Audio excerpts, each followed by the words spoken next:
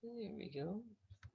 Okay, good evening, everybody. You're very welcome to our Irish Wildlife Trust webinar this evening. We have a very special guest who's going to speak to us this evening. I'm very much looking forward to that conversation. I hope you are too. Before we get stuck in, I'll just do a little bit of housekeeping, please. The event this evening is being recorded and we will put it on our YouTube channel towards the end of the week. And you will find on our YouTube channel all of our previous webinars since last autumn. I think there's a wonderful resource there now that we have built up. There's webinars there on farming and marine protected areas, nature-based solutions, and rewilding and all kinds of things, and I hope you're enjoying these webinars as much as I am. My name is Pádraig Fogarty. I am the campaign officer with the Irish Wildlife Trust.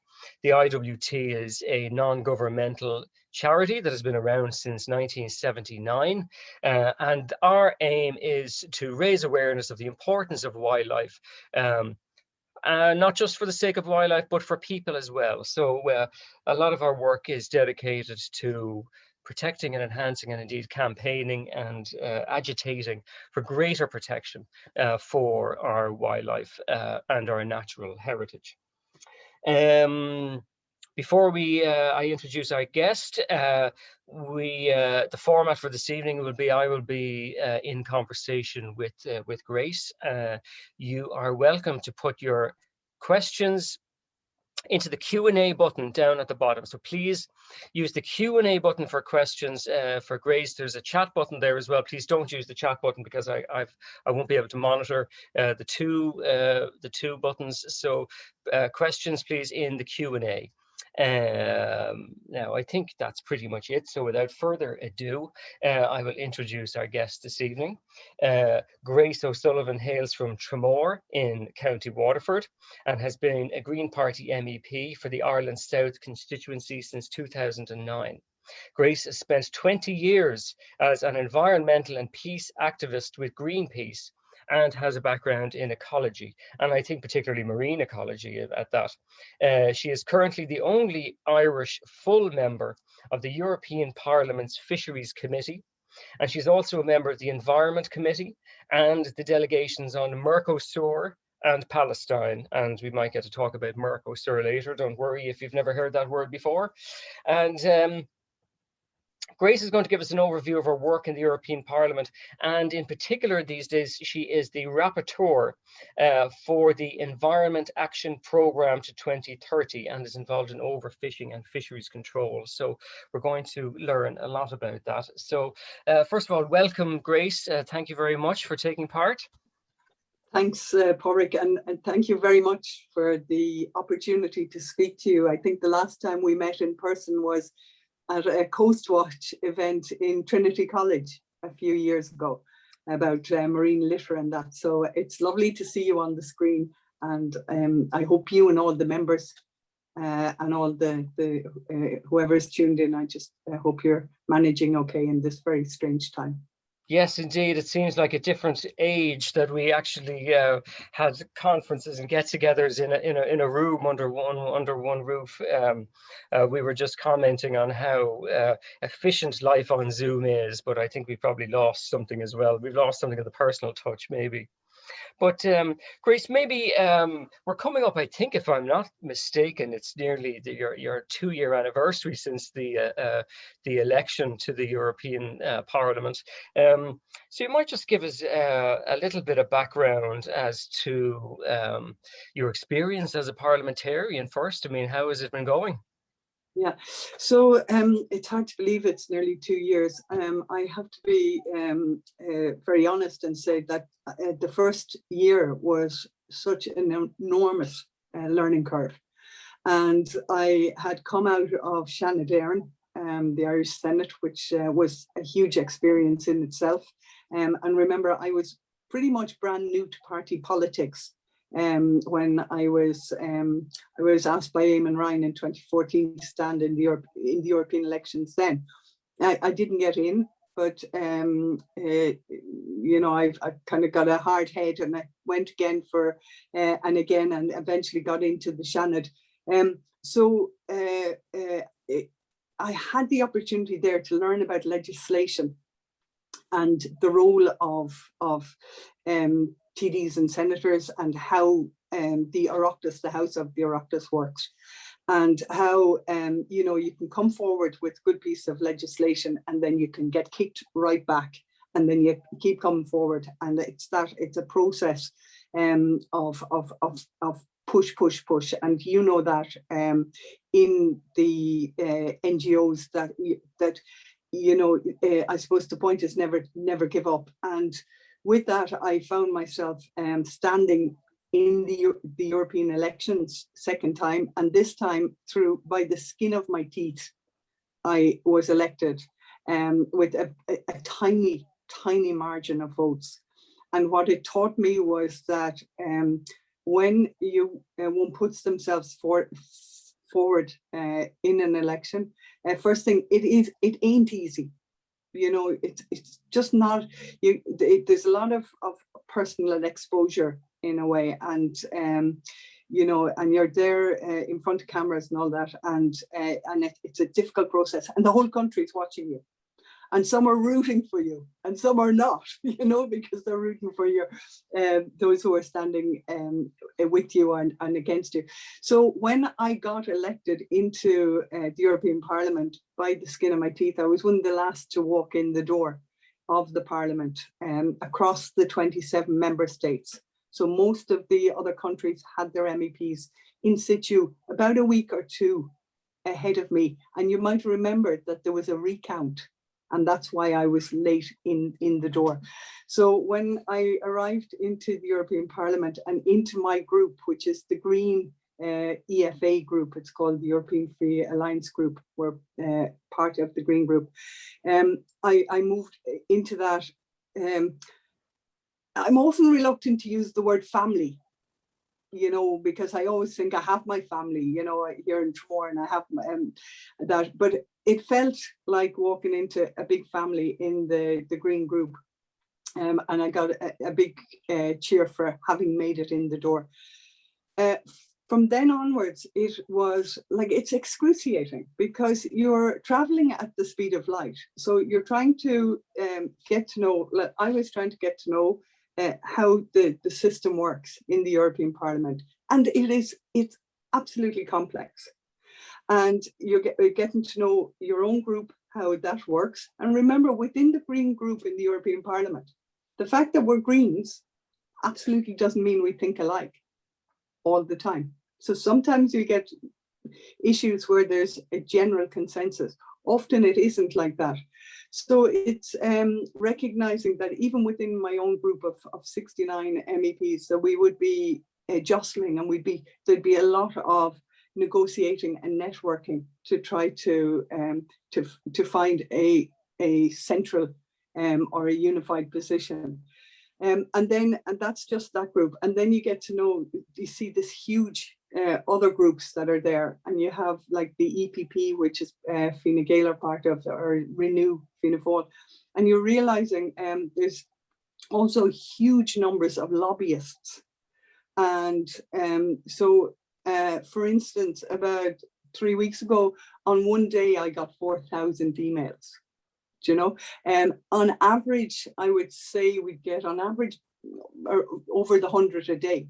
But on when there's, you know, an issue of particular interest to people, then we get thousands, and they have to be processed. Everyone, it doesn't mean that everyone has to be answered, but we have to kind of have a categorization to see where they go.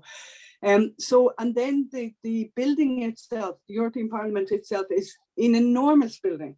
So you're running to your meetings and stuff, but like you're talking about, like it's huge, you know, to get from one maybe meeting place to the other is 10-15 minutes. It's like a big village in itself. So it was exciting, but it was very challenging, and it was challenging for me as well, being a parent of 3 children, and so Now, the youngest, they're no longer children, they're young adults now. The youngest is 20. But so I had to organize, coming and going, and organize my daughter who has special needs and is fully dependent, organize her life. And that was difficult, because I thought when I was in the Shannon, I thought Emer would have been familiar with the comings and going. But when you go to the Parliament, the European Parliament, then you're overseas. It's much more, the time away from home is much more extensive than that. And that created challenges. So like anything, there was all kinds of opportunities there to get stuck into the work that I love doing, and I've been doing for really nearly the best part of my life since I'm about 16, But then the challenge is trying to manage everything in a way that to stay focused, that like I can get overwhelmed, and to keep myself just relax. And it's that, like I'm a water person, but I'm also an earth person. And Porrick, I mean, I be the type of person when on a beautiful morning when I wake up here in Tramore, I'll go out and stand outside the door and in my bare feet, and I just stand in the soil and just go rooted, and that kind of thing. And all of a sudden those little rituals, those simple rituals are gone. And even in Brussels, I know it's many people would see my position as privileged, but when you look to the night sky, stars just aren't there. Like they are there, but the magnitude, the brilliance of them. So I walk out here in Tramore and I look to the sky and I can see the constellations and I know where I am. And when I'm in Brussels, that kind of thing, I don't see that same intensity, and I miss that, and I miss it very much, because these are my compass points of reference. And I think we all need certain things to ground ourselves. So I found that somewhat challenging. And then within the year, COVID hit, and the world changed. Indeed. I've been to Brussels a few times, for work, and visited the institutions, and it's quite a daunting experience. The buildings are quite big and anonymous looking, and a lot of concrete. I can't imagine you've many opportunities for putting your feet on bare soil. But I was going to ask you about, you mentioned your Green colleagues in the Parliament. Can you give us a picture of the state of Green politics across Europe, within the Parliament? Maybe I know the Green Party is obviously in government in Ireland. I think it's in government in a few countries in Europe. There's developments in Germany. They have a candidate. So maybe give us a picture there of Green politics. Yeah. So I actually wrote down the different countries. I mean, the Greens are in government in 6 different countries across Europe, and because I'm a bit of a featherhead, I forget all of them, but roughly Luxembourg, Austria, Belgium, and a few others. So that shows that out of the 27 countries, the Greens are in 6 countries, are in government, including Ireland. So it shows that there's some traction, that there's some opening towards this, like what we call the green wave, that people are becoming conscious and more aware that our environment is under enormous pressure. And so because of that, the Greens have started to move into coalition governments or whatever. So that to me is quite positive. The downside, or the upside, let's say. The upside is when you're in government, you get the opportunity to pursue legislation, to introduce legislation, to push your objectives, your policy objectives. And when why I said downside is when you're in opposition, it's pretty good, because you can really hammer the walls and shout and roar and and give out. When you're in government, you have to deliver, so that you go in with your program for government, and then your job is to deliver. And the Greens in other countries similar to Ireland would be the smaller party in government, or part of a coalition where they have to work very hard to pursue the green objectives.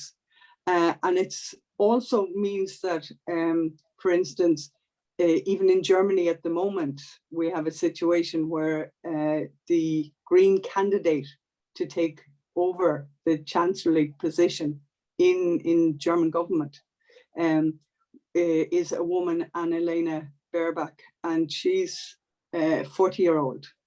And so she's actually topping the polls at the moment. Now it's a few months to go. September 26th is the elections in Germany. But to think that even at this stage, that there is a young Green woman who is certainly very competent. She doesn't have experience, but she certainly has competencies, that with the right support around her, that she's a challenger. So in that regard, the Greens have no more than a chameleon. At times we have to do a little bit of shape shifting. So politics is all about compromise, the art of compromise. And when a piece of legislation comes before us, it comes before the other parties as well, the same as in the Oireachtas. And all the parties, Fianna Fáil, Fine Gael, Sinn Féin, everyone independent, have a look at it. And then people start to put forward amendments. So some groups don't like this part, they feel it's going too far, or others. So you have all that process going on as the legislation goes through the system. But the ultimate is what we call the compromise amendments. And the compromise amendments is where you sit down around the table with in the European context, the European Parliament context, or the European institution context, you sit with the rapporteur and the shadow rapporteurs. And the rapporteur's job is to really try to get a consensus, to build consensus. And that's not always easy if you're a Greenpeace activist and you're going like, can you not see? Can you not see what I'm seeing? Because, and you have these enormous lobby groups. I mean, they are enormous lobby groups, and they're pushing from different sides, from the industry,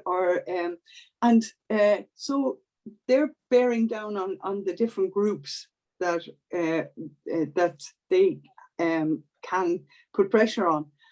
So it's a very difficult process. Meanwhile, we have Irish Wildlife Trust, Oceana, World Wildlife Fund, Greenpeace, all the Birdwatch, BirdLife, all the NGOs, or as we call it now, the ENGOs. Back in the day, it was just the NGOs, the non-governmental organizations. Now there's so many different groups, and you're just so it's a perpetual. Like sometimes I feel like we're just being battered back and forth, and you're trying to find a position that you feel will receive the votes in order for the legislation to make its way through the system. Yeah, it's. I mean, following politics at home can be hard enough, but following politics in Brussels is even harder. A lot of us don't understand particularly well the dynamic between the Commission, and then there's the Parliament, and then there's the ministers. I mean, I think it did register with a lot of people last year that we had this Green New Deal. Yeah. So can you? That's a Commission idea, right? Yeah. So maybe you can give us a background to that and what we can expect from it, maybe. Yeah. So you have the European Commission, the European Council, and the European Parliament. European Parliament is the democratically elected members. So the European Commission is the European Commission come out with the legislative proposal.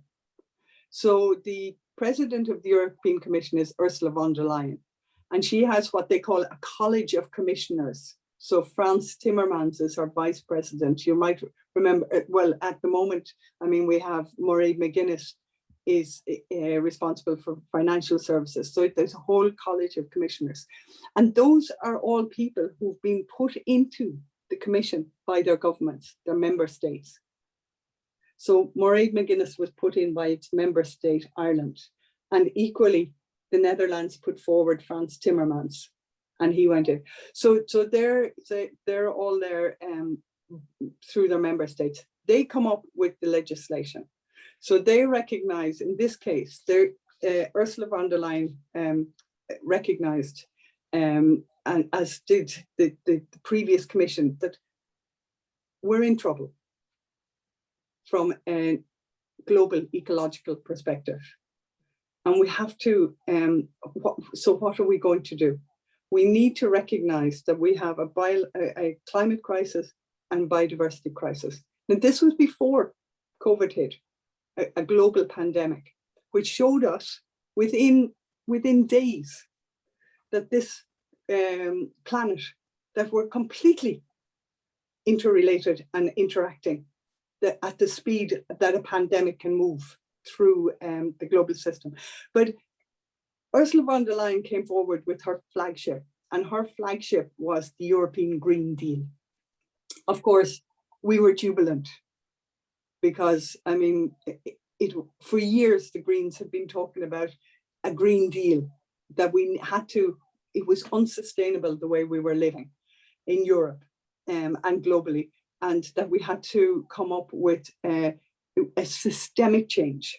So not a systematic change, so doing the same and just moving out of it, but a systemic change. So everything had to change. So Ursula von der Leyen came forward with her flagship, very proud, and it was the European Green Deal. And it essentially is a set of policy initiatives that aim to transform the EU to a climate neutral economy by 2050. And what she wanted was leadership. She wanted to show leadership globally. She wanted to be the first mover. And that's why it was seen as very, very ambitious. It was ambitious not only in a green sense, but in a social sense, because there's an oath, the leave no one behind, do no harm principle. And these were, it was like, you'll remember, I mean, years ago, 15 years ago, the polluter pays principle. So these principles are important because they get to be enshrined in the legislation. And moreover, she said, and this was really important, is that in order for us to make this transition over the coming decades, which we have to do, we need to have green financing. And the word they use is taxonomy. So this is being enshrined into European law now. So with that, she said, this is the trajectory. We're moving towards climate neutrality by 2050, but 2050 is a long way off. So we need to put in steps along the way. And they looked at 2030 and said, we need to put in markers, but by 2030, we need to see like a genuine shift. So we need to push away from our addiction to fossil fuels. The first policy point when Eamon Ryan asked me to stand in the Green Party was energy security. So we need to look at renewable energy. I'm reluctant, years ago, I'd always say clean renewable energy. I'm reluctant to say clean anymore because there's always impact, you know, but renewable energy. And we need to, not only to look, there's two things. It's not only the emissions that are going into the atmosphere from our lifestyle and how we function, but also the emissions that can be taken out of the atmosphere through sequestration. And in order to have those coming out, so carbon capture, we have to make sure that the systems that will sequester are healthy and functioning. So that when she announced that, there was quite a lot of support and excitement. But what I realize now, having been in the Parliament over the last month, is that is what they call a communication. It's setting out a vision. Then she came forward with the different strategies.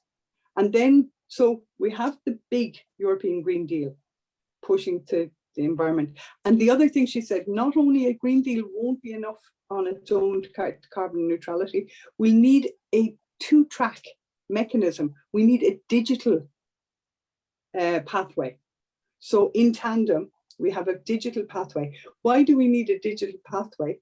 Because if we don't monitor and record data, we don't have the capacity to manage it. So I always think, every time I talk about data, I think of the National Biodiversity Centre in Waterford, and people like Dr. Una Fitzpatrick, who are brilliant at getting citizen science and data, and then from that we can make our plans. So she said we need that, and we need like that digital transformation, which incorporates not only knowledge, building knowledge transfer, sharing of data, but also the advancement of technology. And why I was excited by that was, I'm old enough to remember that when I joined a Greenpeace ship in 1983, we still used Morse code. Tick, tick, tick, tick. We still use telex. The first time I went to Antarctica with Greenpeace to set up the World Base Antarctic, the Greenpeace base, to study what was happening in Antarctica and climate change, we were told we could make one phone call home. It was 1986, and it cost. We had, like, it was New Year. It was Christmas, New Year, because in the Southern Ocean, that's summertime, and it cost like $20 for seconds. You know, so I'm old enough to have seen, like, when those huge computers were there, and now we're down to this, you know. So that's why I kind of got excited, because I thought, if we can advance the green agenda and the green and social agenda, and meanwhile we can Europe can support digital transformation, and that there might be some hope there for all of us by the time we reach 2030 and 2050. So anyway, then she came forward within that framework with the farm to fork strategy. So that's what it says on the tin, farm to fork. So the food we eat. So often when we talk about common agricultural policy and we talk about farming, we don't always make that link with the reason data for those brilliant farmers is to provide us with that healthy food we need to eat. So she came forward with farm to fork strategy, quite ambitious, pushing back on the use of chemical fertilizers, the use of, the whole 25% organic farming. So pushing towards green objectives. Then she came up with the big one, and this is the one for the Irish Wildlife Trust, and that's the Biodiversity Strategy. And that's about conserving, preserving, and restoring ecosystems. So to better manage forests, to acknowledge our marine environment, which is absolutely spectacular, and our rivers, and like I always think of the rivers in Ireland, they're like the arteries, the blood's going through the country, and to recognize that if we pollute, if we use chemicals, or if we pollute our soils, we could pollute our rivers, we pollute our food chains, our food webs, our everything. And then other strategies like building sustainability and building and renovation. But so by putting the words, words are important, because words, I'm a huge believer in literacy in terms of education, so ocean literacy. So when you start to explain to people what microbeads are, or you explain in terms of a microbead and biodiversity, how a creature can eat, a fish can eat microbeads, and all the problems that are related to that and coming up the food chain. So anyway, those strategies, you put them out there, and then and so now we have the tools. So the Greens now have this strategy, we have the vision, we have the strategy. Now we need the laws. And this is where I've learned over my few short years in politics, the law has to be binding. So it's no longer good enough just to, like I suppose I say to you in the ENGOs, you know, sometimes, like, I know the fight. I know you get out there. It's really important that you keep the pressure on us all the time. But the pressure, the result is legislation. And the legislation, regulation, guidelines, that's where we need to go. And that's why I suppose I have recognized that being a politician, which isn't always the sexiest, coolest title to have, and we certainly get hammered at times. And I mean, you get dogs abuse at times, all kinds of stuff. But I see its function. I see that everything that I did over the last number of years with Greenpeace and going into the schools with the Heritage Council and with Oceana and being a member of the IWT or being a long-time member of the Birdwatch Ireland, that for me, it was all a culmination to where I am now. And like I said, it isn't easy, but if we can get legislation in, that's the most important. And of course, we have to have hope and ambition. But what we have to have is part of your title, Irish Wildlife, trust. The trust for me is really important. And at times it's very hard when you have people who, I know we're on the same side, but like the hammering can be so hard that you, as the politician, you're almost losing the will and the momentum to continue. And that's where we need the SDG, Sustainable Development Goal number 17, partnerships. And that's where we need to recognize that, of course, it's not fast enough, but we're pushing in the right direction. So the big thing recently has been the climate law. So the climate law, it's the agreement between the European Commission, the European Council and the Parliament with 55% net carbon emissions by 2030. Now, I know Greta Thunberg is not a happy lady when she hears that. And I know why. I really genuinely know why, because it isn't enough. It's not what the evidence is showing us. It's not what science, it's not what I want for my children. But it's what we have, and we have to make the best of it. So as an ecologist, I look at, okay, we didn't get enough there. So where can we find other pieces of legislation? And there's lots in the European Union.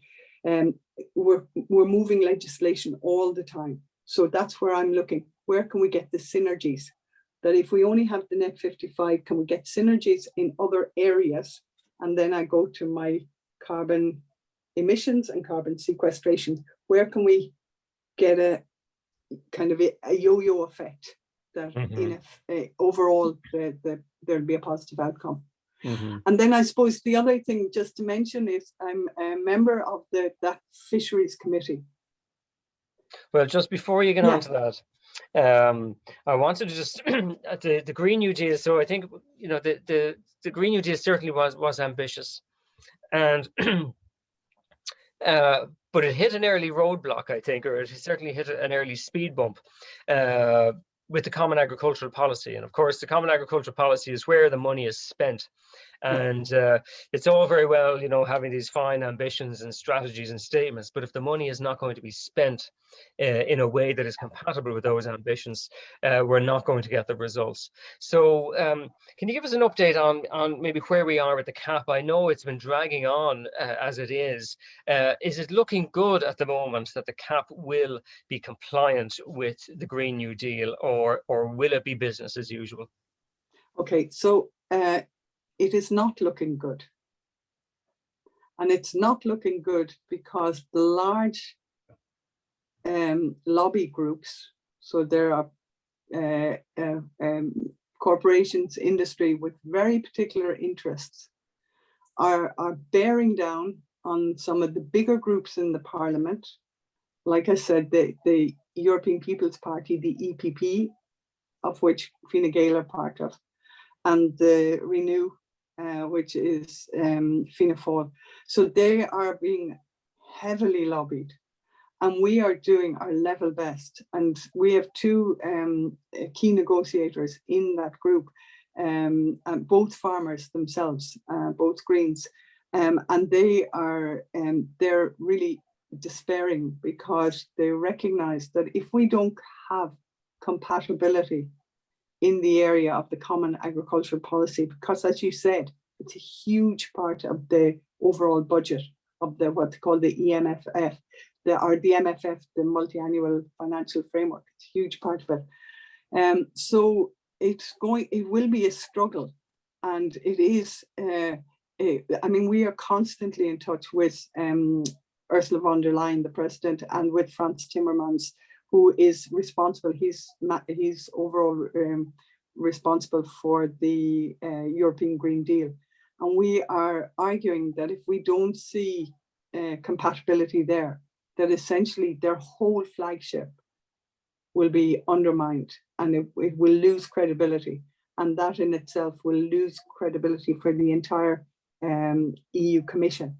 And it does put us in a very, very difficult position. Now, the more information coming forward, the decline of the different species, you know, the more data we're getting, that helps us to explain why we need, you know, to work with nature as opposed to against it.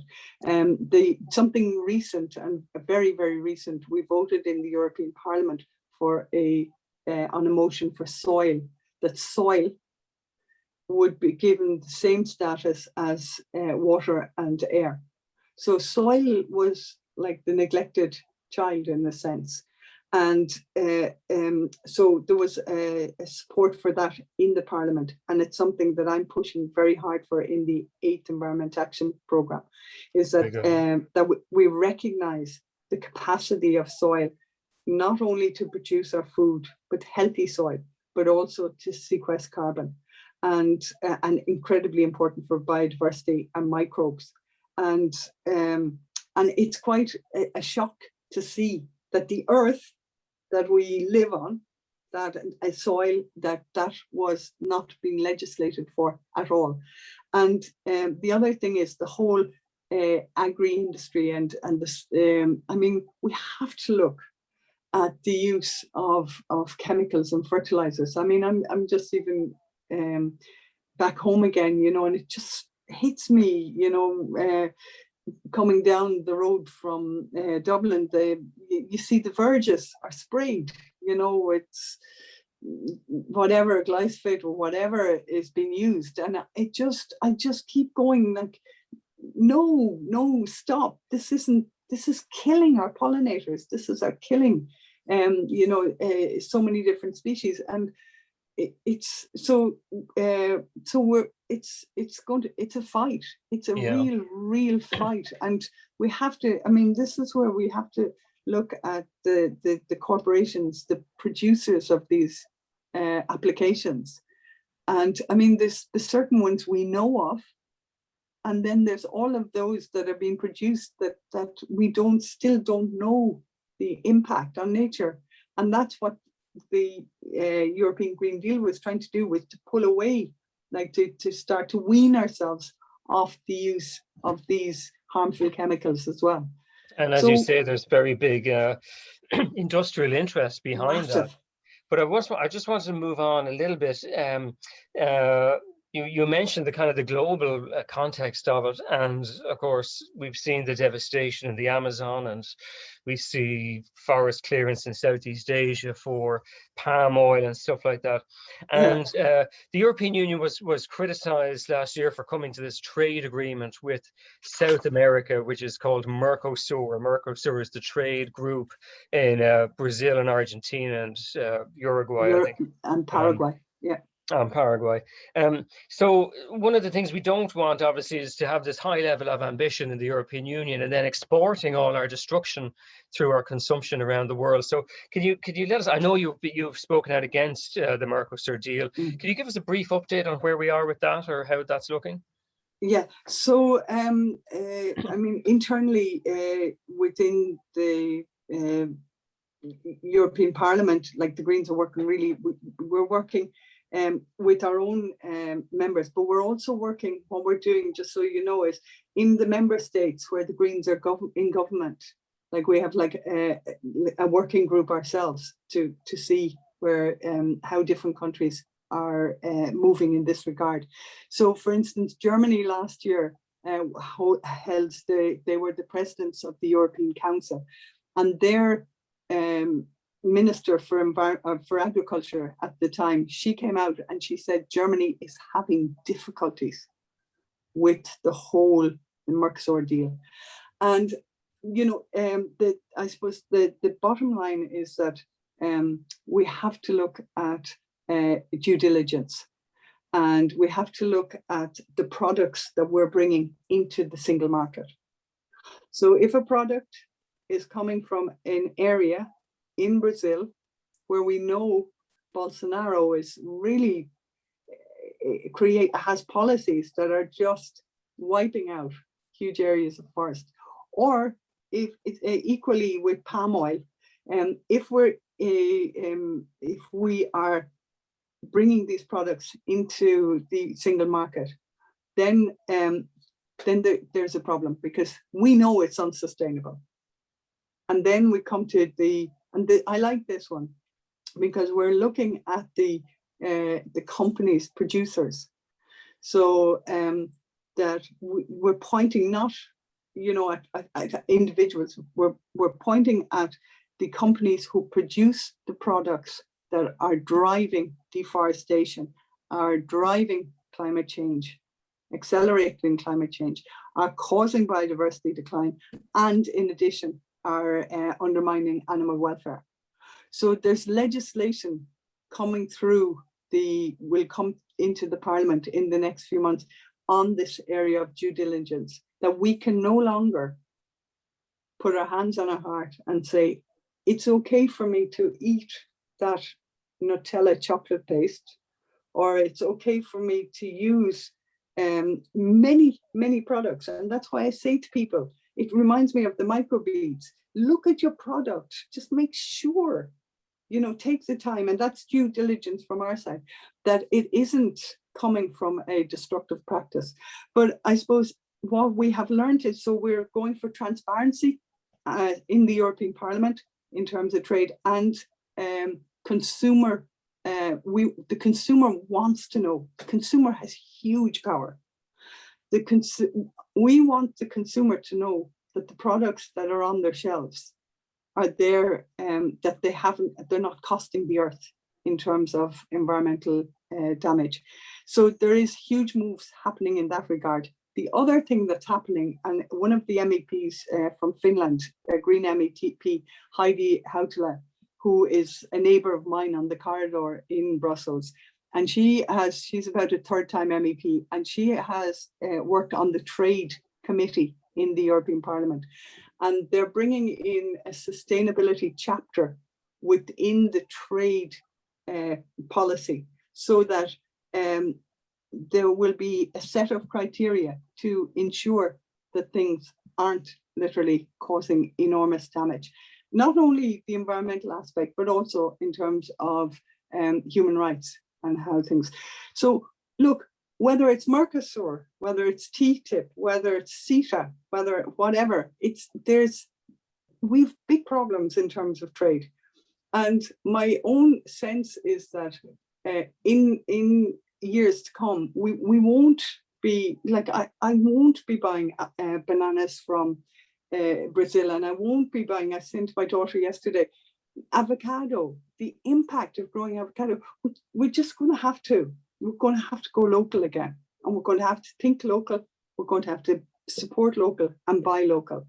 And if it isn't growing in if we can't grow it here, then we're going to have to let it go. And I think that's the principle of sustainability, that in order to live in a just way on this planet, then we're going to have to make these choices. What the Parliament does, and what the European Union does, and what the governments do, is what I want them to do is accelerate. So instead of the individual, that they make these big decisions, and that the individual gets the benefit of it, you know. Yeah, but absolutely. we have a big problem. The other thing, Padraig, which is really important is David Attenborough, Jane Goodall, Sylvia Earle, all of these, my heroes, you know, they are showing us in the course of their lifetime on the screen, we're seeing the devastation, and that's waking people up. So we need more of that. Yeah, absolutely, absolutely. Now, just because time is not on our side, and I know we could talk about lots of other things, but I wanted you to talk about your work on the Fisheries Committee called PESH, and I particularly wanted you to talk about fisheries control. And this is such an important area for Ireland in particular, because we have big problems with illegal fishing, basically, and the European Union as a whole, we have signed up to ending overfishing last year. We know that hasn't happened. So can you talk a little bit about your work on that, and maybe what is it going to take for us to sort ourselves out in terms of managing our oceans properly? We've a big problem with the oceans and the seas, and I think Seaspiracy was a good wake-up call for a lot of people, even though it received a lot of criticism. Nevertheless, for me, it built awareness, and we've so many problems when it comes to fishing and overfishing and fishing methods, but we also have a dilemma because we have an industry, and when it comes to what they call small-scale fishers, that who are supporting local markets, local coastal communities and inland. We want to see more. We want to support more local fishing.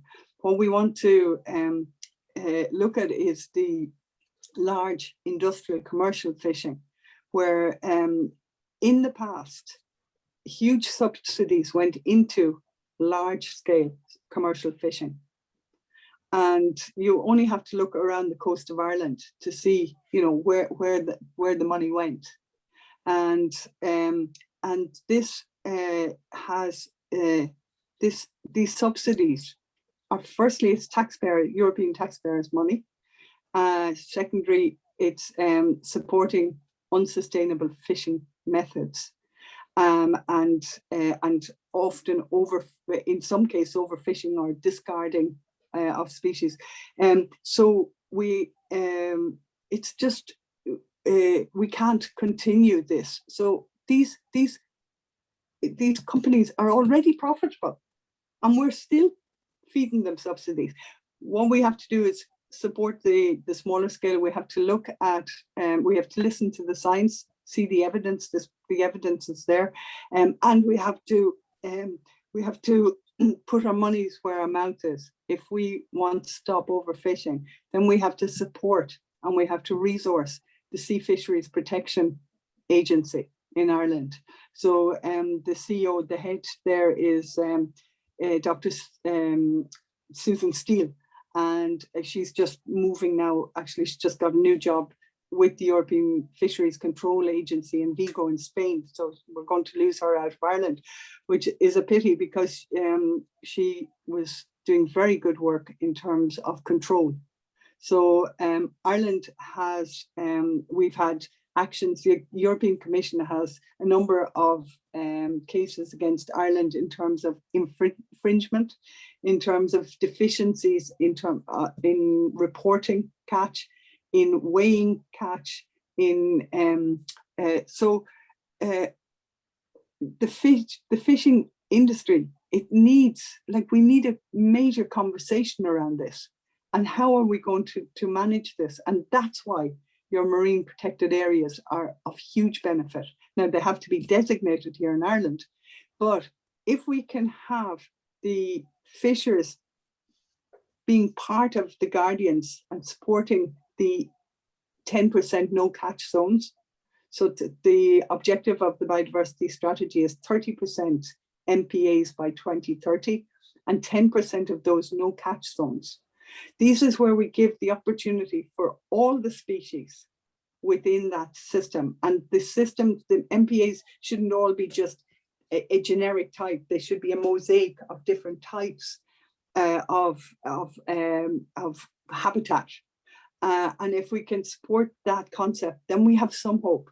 But if we don't move very quickly on designating that 10% no catch zones, we're really in trouble, because we're overfishing very common species like mackerel, hake, cod.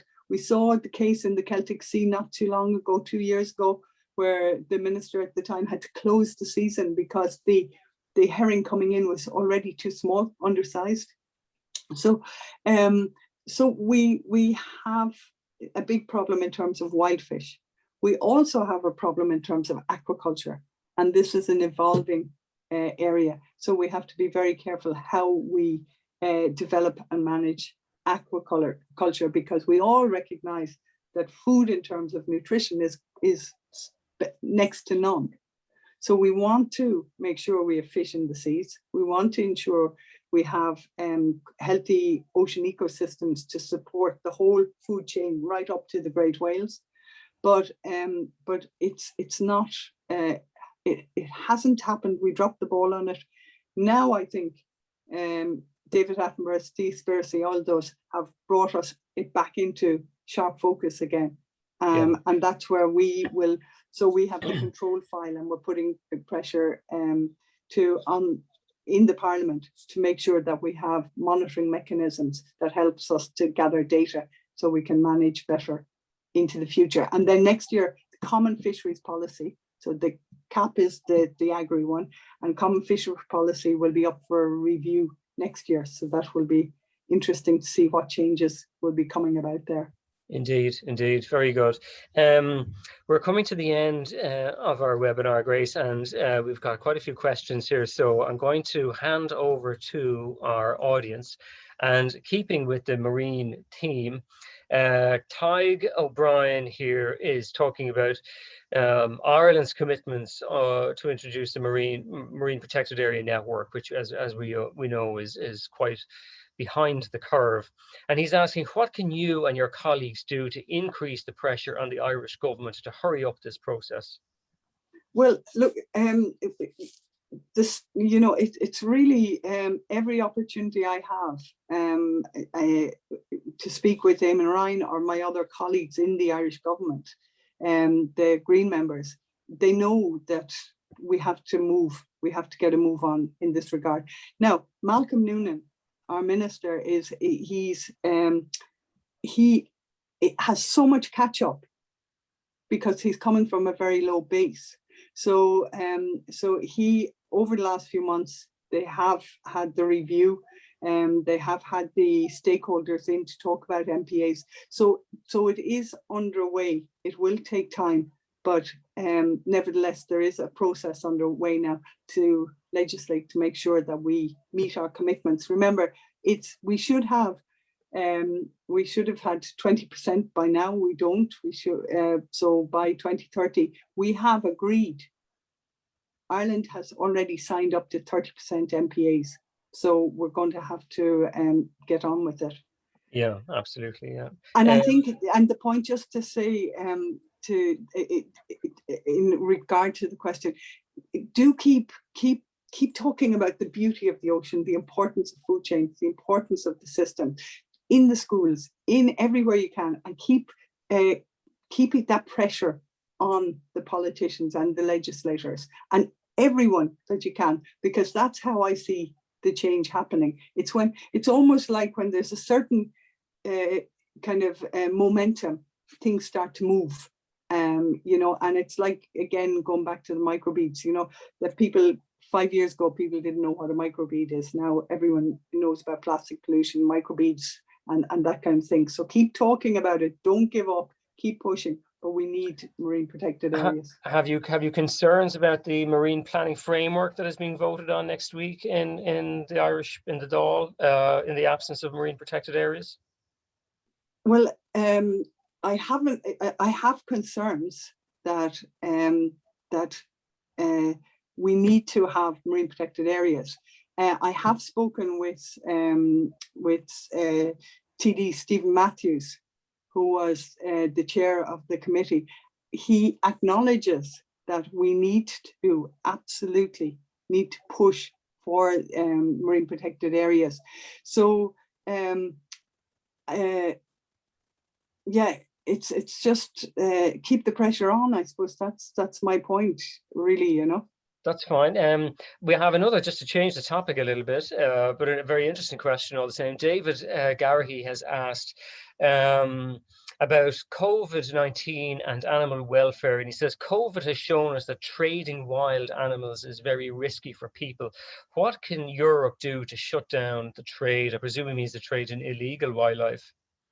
Yeah, so I mean, obviously, David, since COVID, there's a huge amount of talk about zoonotic disease. So the transfer of disease from wild animal populations into human populations or across other animal populations.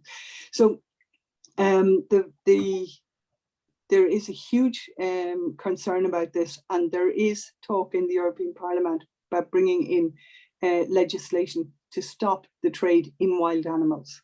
So there's a committee which is chaired by Tilly Metz, a Green MEP, who is looking at animal trade in